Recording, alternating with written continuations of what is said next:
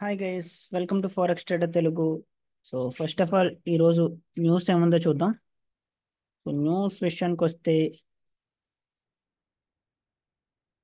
Forex factory. So మీ అందరికీ తెలిసిందే news మనం ఎందులో చూడాలో. So already forex factory website ఎలా యూస్ చేయాలి ఏంటి అని చాలా క్లియర్గా ఒక వీడియో చేసాం. సో అది మన ఛానల్లో ఉంటుంది. సో మన ఛానల్ వీడియోస్కి వెళ్ళి ఒకసారి చూడండి. అంటే కొత్త వాళ్ళు ఎవరైనా చూస్తే మాత్రం ఫారెక్స్ ఫ్యాక్టరీని ఎలా యూస్ చేయాలో ఆ వీడియోలో చాలా క్లియర్గా చెప్పాను. సో ఇక్కడ ఫస్ట్ ఆఫ్ ఆల్ క్యాలెండర్ మీద క్లిక్ చేస్తాం మనం. సో క్యాలెండర్ మీద క్లిక్ చేసిన వెంటనే ఈ రోజు వచ్చి థర్స్డే కదా. సో థర్స్డే మనకి న్యూస్ సంబంధించి ఈ రోజు మనం చేసేది గోల్డ్ అండ్ జీబీపీ జేపీవై కాబట్టి గోల్డ్కి సంబంధించిన న్యూస్ మనకి ఇక్కడ ఉంది. చూస్తే 6 o'clock advanced GDP numbers quarter and quarter. So ప్రీవియస్తో కంపేర్ చేస్తే పాజిటివ్గా వస్తాయని ఎక్స్పెక్ట్ చేస్తున్నారు. సో ఈ జీడిపి అంటే ఏంటి ఇదంతా మీకు క్లియర్గా తెలుసుకోవాలంటే ఇక్కడ ఓపెన్ డీటెయిల్ అని ఉంది కదా ఫైల్, దీని మీద క్లిక్ చేస్తే సో ఇక్కడ చాలా క్లియర్గా ఇచ్చారు. సో అసలు ఎలా మెజర్ చేస్తారు, సో దీని ఇంపాక్ట్ ఎలా ఉంటుంది, అండ్ అంటే ఫ్రీక్వెన్సీ ఎన్నిసార్లు రిలీజ్ చేస్తారు, అసలు ఎప్పుడు రిలీజ్ చేస్తారు, అండ్ అసలు ట్రేడర్స్ ఎందుకు ఈ ఈ జీడిపి నెంబర్స్ మీద అంత కేర్గా అంటే కేర్ఫుల్గా అబ్జర్వ్ చేయాలి. సో అదంతా చాలా క్లియర్గా ఇచ్చారు. ఒకసారి టైం ఉన్నప్పుడు ఇవన్నీ చెక్ చేయండి. అండ్ ప్రీవియస్గా నెంబర్స్ ఎలా వచ్చాయి. సో ఫోర్కాస్ట్ మనకి ఏప్రిల్ డేటా చూస్తే ఫోర్కాస్ట్ కంటే చాలా తక్కువగా వచ్చాయి. సో ఈసారి చూస్తే ఫోర్కాస్ట్ మీద చాలా ఎక్కువ వస్తుందని ఎక్స్పెక్ట్ చేస్తున్నారు. సో జీడిపి పాజిటివ్కి వస్తే అది డాలర్కి పాజిటివ్, అంటే 2 కంటే ఎక్కువ కానీ వస్తే అది డాలర్కి పాజిటివ్. ఎప్పుడంటే డాలర్కి పాజిటివ్ అవుతుందో అది గోల్డ్కి నెగిటివ్.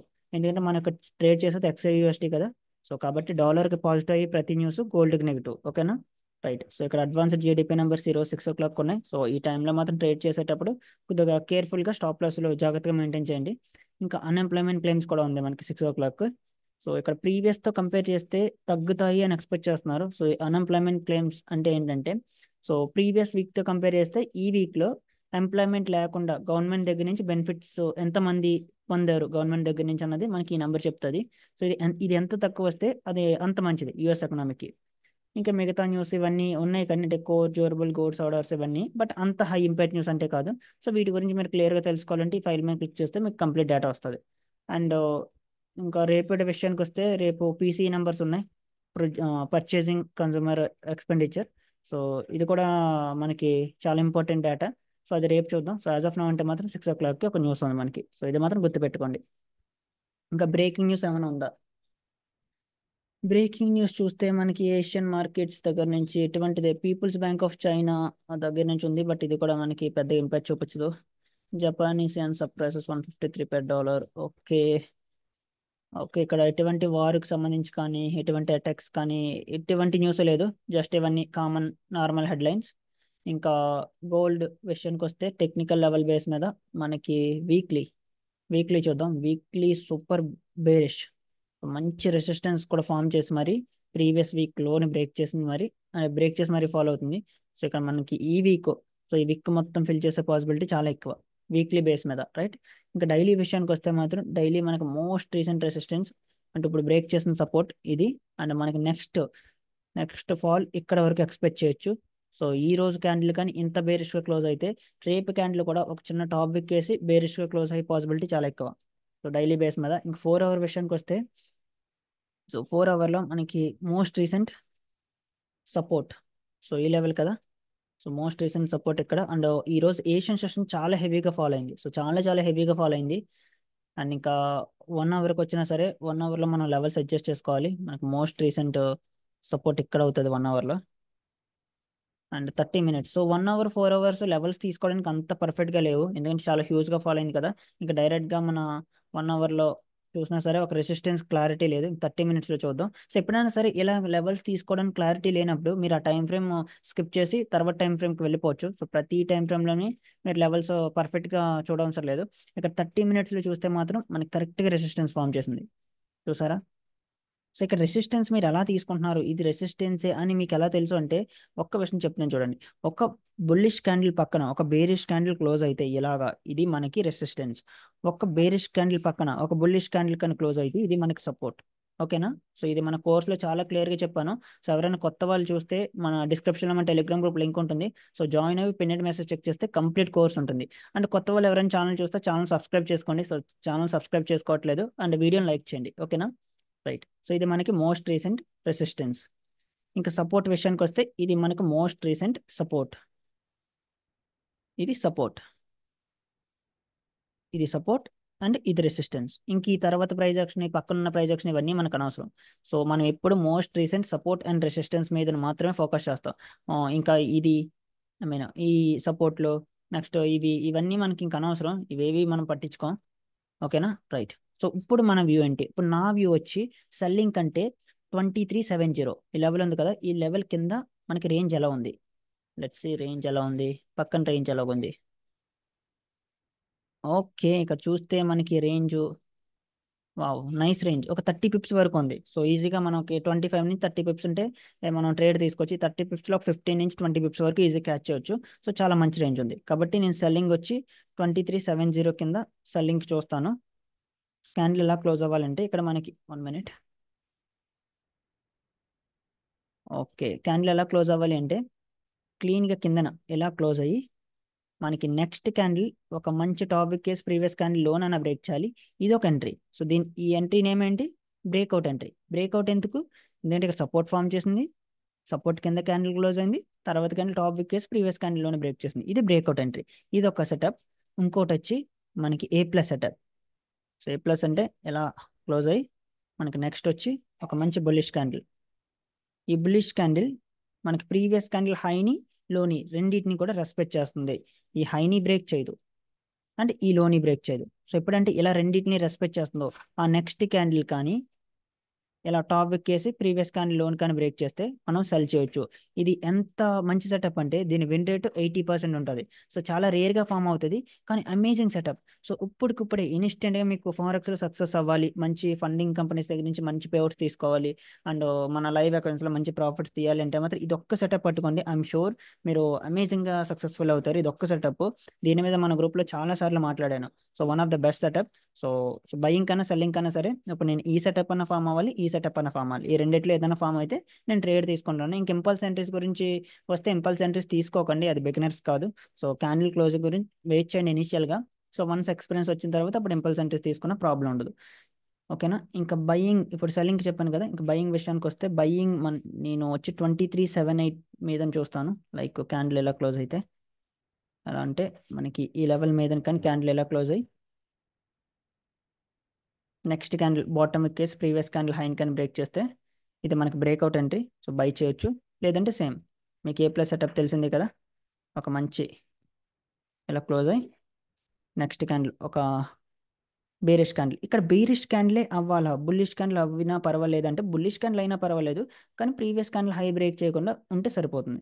సో ఒక్కొక్కసారి ఇది రైట్, ఇది మనకి బుల్లిష్ క్యాండిల్ ఇలా బేరిష్ క్యాండిల్ అయింది కదా, ఇది A+ కదా. ఓకే, ఇక్కడ నాకు వచ్చే డౌట్ ఏంటంటే అంటే కొంతమంది నన్ను టెలిగ్రామ్లో అడిగే డౌట్ ఏంటంటే ఒక్కొక్కసారి ఈ రెడ్ క్యాండిల్ ఉంది కదా, ఈ రెడ్ క్యాండిల్ ప్రీవియస్ క్యాండిల్ లోని బ్రేక్ చేసేస్తుంది. సో ఎలా అంటే ఒక్క నిమిషం ఇలా బ్రేక్ చేసేస్తుంది. సో ఇక్కడ చూస్తే మీరు A+ సెటప్లో ప్రీవియస్ క్యాండిల్ హైని లోని బ్రేక్ చేయకూడదు అన్నారు, మరి ఇక్కడ చూస్తే లోని బ్రేక్ చేస్తుంది. దీన్ని A+ కింద కన్సిడర్ చేయొచ్చు అంటే ఇది A+ సెటప్ కన్సిడర్ చేయొచ్చు. బట్ ప్రీవియస్తో కంపేర్ చేస్తే ప్రీవియస్గా బ్రేక్ చేయకముందు ఉన్న దాంతో కంపేర్ చేస్తే ఇది కొద్దిగా రిస్కీ, కానీ రెండు కూడా సేమ్ కేటగిరీలోకి వస్తాయి. సో ప్రాబ్లం ఏం లేదు. సో ఇలా కూడా తీసుకోవచ్చు, ఇలా ఉన్నా కూడా మనం ట్రేడ్ తీసుకోవచ్చు. సో ఎటువంటి ప్రాబ్లం లేదు. ఓకేనా, సో ఇది కూడా A+, కాకపోతే ఇది సెకండ్ కేటగిరీ, ఇది ఫస్ట్ కేటగిరీ. ఓకేనా, రైట్. సో ఇది బయింగ్ కంటే బయింగ్కి సెల్లింగ్కి నేను డ్రా చేశాను కదా, సో క్యాండిల్స్ అలా క్లోజ్ అయ్యి అలా ఫామ్ అయితే నేను ట్రేడ్ చేసుకుంటాను. లేదంటే కామ్గా ఈ రోజు నా డే కాదు అనుకుని క్లోజ్ చేసేస్తాను. ఓకేనా, right. So as of now అంటే మాత్రం ఇది నాకు నో ట్రేడ్ రేంజ్, ఇది వచ్చి no trade range. Okay, no trade range. ఈ రేంజ్లో నేను ఎటువంటి ట్రేడ్ తీసుకోను. అండ్ ఇక్కడ చూస్తే మనకి గోల్డ్ వచ్చి ప్రీవియస్ క్యాండిల్ లోని బ్రేక్ చేసింది. నేను స్ట్రక్చర్స్ వీడియోలో చెప్పాను. సో ఎప్పుడంటే ఇలా హయ్యర్ హై బ్రేక్ చేసుకుంటూ వెళ్ళినప్పుడు లోని బ్రేక్ చేస్తుందో అప్పుడు మనకి ఫాలో అయ్యే పాసిబిలిటీ చాలా ఎక్కువ అని. కానీ ఇది ఇంపల్స్ ఎంట్రీలోకి వస్తుంది. సో చెప్పాను కదా, ఇక్కడ కొంతమంది సెల్ చేస్తారు. So risky entry, but experience ఉన్న వాళ్ళు చేయొచ్చు. ఇక్కడ సెల్ చేసి ఈ పక్కన రేంజ్ మొత్తం ఫిల్ చేస్తుందని మనం ట్రేడ్ చేయొచ్చు. బట్ ఇది బిగినర్స్ కాదు, చాలా ఎక్స్పీరియన్స్ ఉండాలి. అందుకే నేను ఇది మొత్తం నో ట్రేడ్ రేంజ్ కిందని కన్సిడర్ చేస్తున్నాను. సో ఇది మీకు ఎక్స్పీరియన్స్ ఉన్న వాళ్ళు కొంతమంది ఇక్కడ సెల్ చేస్తారు, అదేం తప్పేం కాదు. వెల్, బట్ ఇంపల్స్ అంటే కాబట్టి కొద్దిగా రిస్కీ. ఓకేనా, సో బెటర్ ఏంటంటే నేను చెప్పాను కదా బ్రేక్అవుట్ గురించి వెయిట్ చేయమని.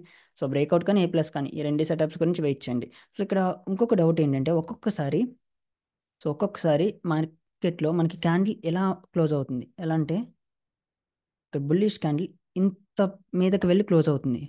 సో ఇలా క్లోజ్ అయినప్పుడు సో చాలా మంది ఏం చేస్తున్నారంటే బాటమ్ విక్ వేసిన వెంటనే ఇక్కడ బై చేస్తున్నారు. సో ఎప్పుడు నేను కోర్సులో కూడా చాలాసార్లు చెప్పాను, యూట్యూబ్ స్ట్రీమ్స్లో కూడా, ఎప్పుడు క్యాండిల్ ఈ రెసిస్టెన్స్, ఇలాంటి రెసిస్టెన్స్ అండ్ ఇలాంటి సపోర్ట్కి దూరంగా క్లోజ్ అయితే తర్వాత మనకి పుల్ బ్యాక్ ఇచ్చి సపోర్ట్ ఫామ్ చేస్తే తప్ప తీసుకోకూడదు. మనకి ఈ లెవెల్స్కి ఎంత దగ్గరగా క్యాండిల్ క్లోజ్ అయితే మనం ట్రేడ్ విన్ అయ్యే పాసిబిలిటీ అంత ఎక్కువ. సో ఫర్ ఎగ్జాంపుల్ ఇలా క్లోజ్ అయిందా, దీనికి దీనికి సో ఈ రెండిట్లోని ట్రేడ్ మనం విన్ అయ్యే పాసిబిలిటీ ఎక్కువ దేనికంటే మాత్రం ఈ ఈ సెటప్కే మనకి, అంటే ఇక్కడ రెండు సెటప్ సేమే బట్ దీనికి ఎక్కువ ప్రాబిలిటీ విన్నింగ్, అంటే మనం ట్రేడ్ విన్ అయ్యే పాసిబిలిటీ చాలా ఎక్కువ. ఎందుకంటే మాత్రం చాలా మంచి, అంటే రెసిస్టెన్స్కి చాలా దగ్గరగా క్లోజ్ అయింది కాబట్టి. ఇది ఆల్రెడీ చాలా ఎక్కువ మూవ్ అయిపోయింది కదా. సో ఇక్కడ నుంచి మూమెంట్ ఎక్స్పెక్ట్ చేయడం అనేది కరెక్ట్ కాదు. అంటే కొన్నిసార్లు విన్ అవుతాం ట్రేడ్, బట్ ప్రాబిలిటీ పరంగా చూస్తే మాత్రం దీనికి విన్నింగ్ రేట్ చాలా తక్కువగా ఉంటుంది, దీనికి చాలా ఎక్కువ ఉంటుంది. సో ఇటువంటి ట్రేడ్స్ అవాయిడ్ చేయండి. సో ఇలా దగ్గరగా రెసిస్టెన్స్ ఆర్ సపోర్ట్కి చాలా దగ్గరగా బ్రేక్అవుట్ ఇచ్చే ట్రేడ్స్ మాత్రమే తీసుకోండి. Okay, right. సో ఇక్కడ పొటెన్షియల్ బైస్ ఈ లెవెల్ మీదన, పొటెన్ potential buys above 2378 and potential sells what, okay, what happening, 1 minute. Potential buys above 2378. Okay, and potential sells వచ్చి ఈ లెవెల్ కిందన, పొటెన్షియల్ సెల్స్ బిలో 2370. సో ఈ లెవెల్ కింద మనకు సెల్లింగ్ చూడొచ్చు. ఈ లెవెల్ ఇది మనకు నో ట్రేడ్ రేంజ్. ఈ లెవెల్ మీద మనం బయింగ్ చూడొచ్చు. అండ్ ఓవరాల్ ట్రెండ్ మాత్రం సూపర్ బేరిష్గా ఉంది. సో బయింగ్ ఇప్పుడు మనకి కౌంటర్ ట్రెండ్ రేట్స్ చాలా రిస్కీ. సో మీరు బయింగ్ చూస్తే మాత్రం 1:1 దగ్గర మోస్ట్లీ సెక్యూర్ చేసుకోవడానికి చూడండి. అండ్ అంతేకాకుండా మార్కెట్ చాలా హ్యూజ్గా ఫాల్ అయింది. ఎప్పుడన్నా సరే మనం ఇప్పుడు లండన్ సెషన్ ఓపెన్ అవుతుంది, సో ఏషియన్ సెషన్ చాలా హ్యూజ్గా మూవ్ అయింది, అంటే చాలా మంచి ట్రెండింగ్లో ఉంది. సో ఎప్పుడంటే ఈ మనకి ముందు సెషన్, అంటే మన ట్రేడింగ్ సెషన్ కంటే ముందు సెషన్ ఎలా ట్రెండింగ్లో క్లోజ్ అయిందో, అంటే ఎలా ట్రెండింగ్ ఉందో, సో ఆ తర్వాత సెషన్ మనం కన్సల్టేషన్ ఎక్స్పెక్ట్ చేయొచ్చు. సో ఏషియన్ సెషన్ ట్రెండింగ్లో ఉంటే లండన్ సెషన్ కన్సల్టేషన్లో ఉంటుంది. ఏషియన్ లండన్ కన్సల్టేషన్లో ఉంటే న్యూయార్క్ సెషన్ ట్రెండింగ్లో ఉంటుంది. సో అలా కాకుండా మనకి ఏషియన్ లండన్ ఎన్వై ఓపెన్ కూడా కన్సల్టేషన్లో ఉంటే ఎన్వైఎస్సి లండన్ క్లోజ్లో వాల్యూమ్ ఉంటుంది. సో ఇలా వాల్యూమ్ అనేది ఈ ట్రెండింగ్ మార్కెట్స్ అనేవి ఒక సెషన్ నుంచి ఒక సెషన్కి మూవ్ అవుతాయి. సో కాబట్టి అబ్జర్వ్ చేయండి, అంటే ఇది ఒక గుర్తుపెట్టుకోండి ఏంటంటే ఏషియన్ సెషన్ చాలా ట్రెండింగ్ ఉంది కాబట్టి మన లండన్ సెషన్లో కన్సల్టేషన్ ఎక్స్పెక్ట్ చేయొచ్చు. సో జస్ట్ ప్రాబిలిటీ అంతే, ఏమైనా జరగవచ్చు. బట్ మనం చూస్తే ఆల్రెడీ చాలా అది మూవ్ అయింది కదా. సో సమ్ కన్సల్టేషన్ అయినా సరే ఆశ్చర్యం లేదు, ఎలా కన్సల్టేషన్ అయినా సరే మనకు ఆశ్చర్యం లేదు. ఓకేనా, రైట్. సో ఇది మన గోల్డ్ అనాలిసిస్. సో ఇప్పుడు ఇక్కడ ఇంపల్స్ ఎంట్రీస్ ఏం ట్రై చేయకండి, కంపల్సరీ క్యాండిల్ క్లోజ్ అవ్వాలి. సో క్లోజింగ్ గురించి వెయిట్ చేయండి. ఇంకా జీజే విషయానికి వస్తే జీజే కూడా చాలా హ్యూజ్గా డ్రాప్ అయింది. సో ఈ డ్రాప్ కారణం ఏంటంటే bank of Japan interest rates పెంచుదామన్న ఆలోచన చేస్తుంది. సో మీకు చాలా హెడ్లైన్స్ ట్విట్టర్లో ఒకటి సర్క్యులేట్ అవుతున్నాయి కదా. సో నెక్స్ట్ మీటింగ్లో బ్యాంక్ ఆఫ్ జపాన్ ఒక 10 to 25 బేసిక్ పాయింట్ హైక్ చేస్తుందని చాలా, అంటే ఇంకా అఫీషియల్గా న్యూస్ రాలేదు, బట్ సోర్సెస్ దగ్గర నుంచి వస్తుంది న్యూస్. సో కాబట్టి మనకి ఎప్పుడన్నా సరే మీకు చెప్పాను, ఏ కంట్రీ అన్నా సరే ఇంట్రెస్ట్ రేట్స్ పెంచితే ఆ కంట్రీ కరెన్సీకి అది పాజిటివ్. ఇప్పుడు యుఎస్ ఫెడ్ ఉంది, ఫెడ్ ఇంట్రెస్ట్ రేట్స్ పెంచితే అది ఏ కంట్రీకి పాజిటివ్, డాలర్కి positive. Reserve bank of India అది ఇంట్రెస్ట్ రేట్స్ పెంచితే ఇండియన్ రూపీకి పాజిటివ్, అంటే ఇండియన్ రూపీ పెరుగుతుంది. ఇప్పుడు reserve bank of Australia interest rates పెంచితే ఆస్ట్రేలియన్ డాలర్కి పాజిటివ్. సో ఇలా ఏ కంట్రీ అన్నా సరే ఇంట్రెస్ట్ రేట్స్ పెంచితే ఆ కంట్రీకి పాజిటివ్. ఇప్పుడు bank of Japan interest rates పెంచుదామన్న ఆలోచనలో ఉంది. So bank of Japan interest rates పెంచుదామన్న ఆలోచనలో ఉంది అంటే దానికి అదేంటి, అది ఏ కరెన్సీకి పాజిటివ్, జపనీస్ యెన్కి పాజిటివ్. సో ఇప్పుడు జపనీస్ యెన్కి పాజిటివ్ అంటే ఇక్కడ మీరు అబ్జర్వ్ చేస్తే మనం చేసేది జీబీపీ జేపీవై, అంటే జపనీస్ యెన్ పెరుగుతుంది అంటే ఏంటి, జీబీపీ జేపీవై ఫాలో అవుతుందనే కదా దాని అర్థం, అంటే జీజే ఫాలో అవ్వాలి. సో అందుకే మనకి జీబీపీ జేపీవై ఫాలో అవుతుంది. ఓకేనా, రైట్. సో ఇంకా టెక్నికల్ లెవెల్ బేస్ మీకు వస్తే 1 minute, weekly super bearish, daily కూడా ఓ మై గాడ్ చూసారా ఎక్కడి నుంచి ఫాలో అవుతూ వస్తుందో. మొత్తం ఇన్ని రోజులు పెరిగిన మొత్తాన్ని ఒక్క, అంటే ఫ్యూ డేస్లో మొత్తం కరెక్షన్ అయిపోయింది. సో ఇప్పుడు డైలీ విషయానికి వస్తే డైలీ మనకి మోస్ట్ రీసెంట్ సపోర్ట్ వచ్చి ఇక్కడ కనిపిస్తుంది. ఇంక 4 hour విషయానికి వచ్చినా సరే 4 hourలో, ఓకే ఓకే, ఇక్కడ 4 hourలో మన ఫేవరెట్ సెటప్ ఒక సెటప్ కనిపిస్తుంది, మీకు కనిపిస్తుంది ఇక్కడ ఒక సెటప్. ఎంత అంటే ఇంకా అది మన గ్రూప్ ఫేవరెట్ సెటప్.